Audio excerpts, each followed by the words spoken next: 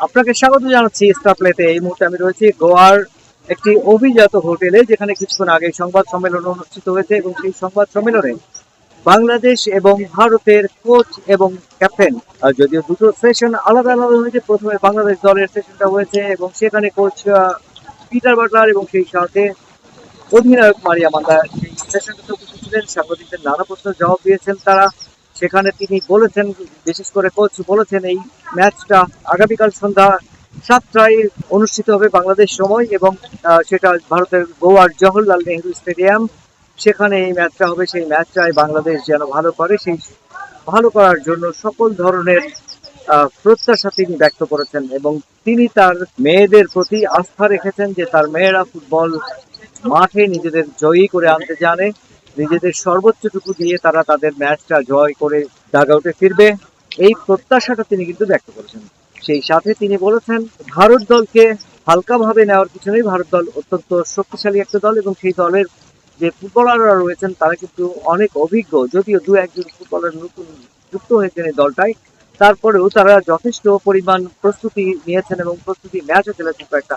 সেই জন্য তাদেরকে হালকাভাবে নেওয়ার কোনো সুযোগ নাই এবং বাংলাদেশ দলের যে ফুটবলাররা রয়েছেন তারা কিন্তু মোটেও এই ফুটবলারদেরকে খাটো করে দেখছেন না। এবং আপনি জানেন যে ভারত এ পর্যন্ত এই সাফের 5 বারের চ্যাম্পিয়ন।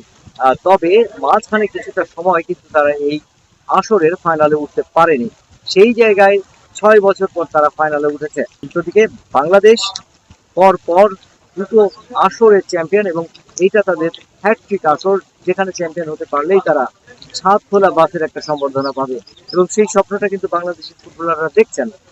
আমি সংবাদ সম্মেলনে প্রশ্ন করেছিলাম বাংলাদেশ দলের অধিনায়ককে যে মারিয়া মান্দা, আপনি কি মনে করেন যেখানে প্রতিপক্ষ শক্তিশালী ভারত, তার হোম ল্যান্ড, হোম গ্রাউন্ড এবং সেই সাথে গ্যালারি ভর্তি দর্শক থাকবে তাদের, এমন অবস্থায় এমন একটা টাফ ম্যাচে আপনি কি ভীত, আপনি কি সন্তুষ্ট, নাকি আপনি উজ্জীবিত এই ম্যাচটা জয়ের জন্য? মারিয়া প্রথমে হেসে দিয়েছেন এবং হেসেই তিনি বলেছেন যে আমাদের মধ্যে কোনো ভয় ডর কাজ করছে না, আমরা জেতার জন্য এসেছি, আমরা জিতেই ফিরবো। এই যে মানসিক মনোবল, সেই মানসিক মনোবল কিন্তু একেবারে চাঙ্গা রাখে, একেবারে উজ্জীবিত করে রেখেছে পুরো দলটাকে এবং তারা কিন্তু অ্যাডামেন্ট যে এই শিরোপাটা তারা ঘরে নিয়ে যাবে। উল্টো দিকে যদি বলি, ভারতের দ্বিতীয় সেশনে ভারত তাদের দলের অধিনায়ক এবং কোচ এসেছিলেন সংবাদ সম্মেলনে এবং তারা বাংলাদেশকে সমীহ করছে। তারা বাংলাদেশকে দল সম্পর্কে বলেছে যে বাংলাদেশ দল এখন অত্যন্ত ফর্মে রয়েছে। তারা দীর্ঘ একটা থাইল্যান্ডে একটা বড় ধরনের প্রস্তুতি নিয়েছে, সেখানে দুটো ক্লাবের সাথে দুটো ম্যাচ খেলেছে এবং দলের যারা পারফর্মার রয়েছেন, বিশেষ করে তিনি উল্লেখ করেছেন মারিয়া মান্দা, ঋতুপর্ণা এবং মনিকা চাকমার কথা। তাদেরকে কিছুটা বাড়তি ট্যাকল দেওয়ার বিষয়টা কিন্তু তিনি উল্লেখ করছেন যে তাদেরকে যদি ঠেকাতে পারেন তবে এই ম্যাচটা জেতা নাকি তাদের জন্য সহজ হয়ে যাবে। তার কোচের পরপরই আমি ঠিক অধিনায়ককে, বাংলাদেশ অধিনায়ককে যেমন কোশ্চেন করেছিলাম ঠিক একই কোশ্চেন করেছিলাম ভারতীয় অধিনায়ককে এবং তিনিও কিন্তু বলেছেন যে আমরা জেতার জন্য এসেছি, আমরা জিততে চাই। ভয় ডরের কথাটা পরে, কিন্তু আমরা জিততে চাই, এই কথাটা কিন্তু তিনিও বলেছেন। ঠিক সেই ক্ষেত্রে ভারতীয় কোচ একটা কথা বলছেন যে আসলে এই ম্যাচটা ডু অর ডাই ম্যাচ, এখানে 50-50 চান্স রয়েছে উভয় দলেরই, তবে শেষ বেলায় যারা ভালো করবে তারাই কিন্তু এই ট্রফিটা নিয়ে যাবে। উল্টো দিকে বাংলাদেশের পারফরমেন্সের কথা যদি একটু বলি, সকালে বাংলাদেশ দল অনুশীলন করেছে এবং অনুশীলনের মাঝে আজকে আমরা দেখেছি কিছু বিশেষ বিষয়ে জোর দিয়েছেন অনুশীলনে কোচ পিটার বাটলার। এবং আমার কাছে মনে হয়েছে কালকের একাদশে কিছুটা পরিবর্তন আসতে পারে। কালকের একাদশে হয়তো সুরভিয়ার আকন্দ প্রীতিকে দেখা যেতে পারে, আর আনিকা সিদ্দিকী রায়নাকে দেখা যেতে পারে, এইভাবে মনিকাকে দেখা যেতে পারে। মনিকা যদিও পায়ে চোট পেয়েছিলেন, সেই জায়গায় কিছুটা রিকভার করে ফেলেছেন তিনি।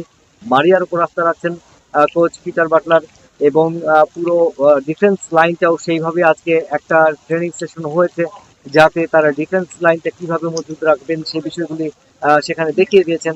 একই সাথে ফরওয়ার্ড লাইনে গিয়ে পেনাল্টি এরিয়ার ভেতরে কিভাবে বাংলাদেশ আক্রমণ চালাতে পারে সেই বিষয়গুলো কিন্তু তার ক্লাসে খুব ভালোভাবে উঠে এসেছে এবং ম্যান টু ম্যান একজন একজন করে প্লেয়ারকে ধরে, ফরওয়ার্ড লাইনের প্লেয়ারদের একজন একজন করে ধরে কোচ পিটার বাটলার বিষয়গুলোকে বুঝিয়ে দিয়েছেন।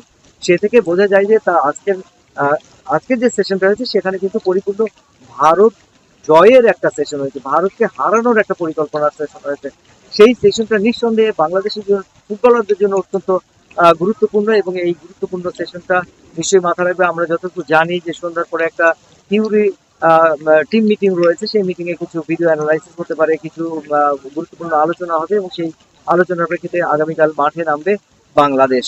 এবং এই আসরের শেষ ম্যাচ, এই আসরের শিরোপা জয় করার ম্যাচ। এবং বাংলাদেশের ফুটবলাররা যেমন অ্যাডামেন্ট রয়েছে, যতটা আত্মবিশ্বাসী, যতটা আম, কি বলবো যে প্রাণবন্ত এবং উদ্গ্রীব, সেই জেদটা যদি তারা ধরে রাখতে পারে এবং যে জেদ অনুযায়ী যদি তারা কোচের পরিকল্পনাটাকে মাঠে উগড়ে দিতে পারে, একদম উজাড় করে দিতে পারে, তাহলে নিঃসন্দেহে বাংলাদেশের জন্য জয় অপেক্ষা করছে, বাংলাদেশের জন্য শিরোপা অপেক্ষা করছে, বাংলাদেশের জন্য আরো একটি ছাপ খোলা বাসের সম্বর্ধনা অপেক্ষা করছে।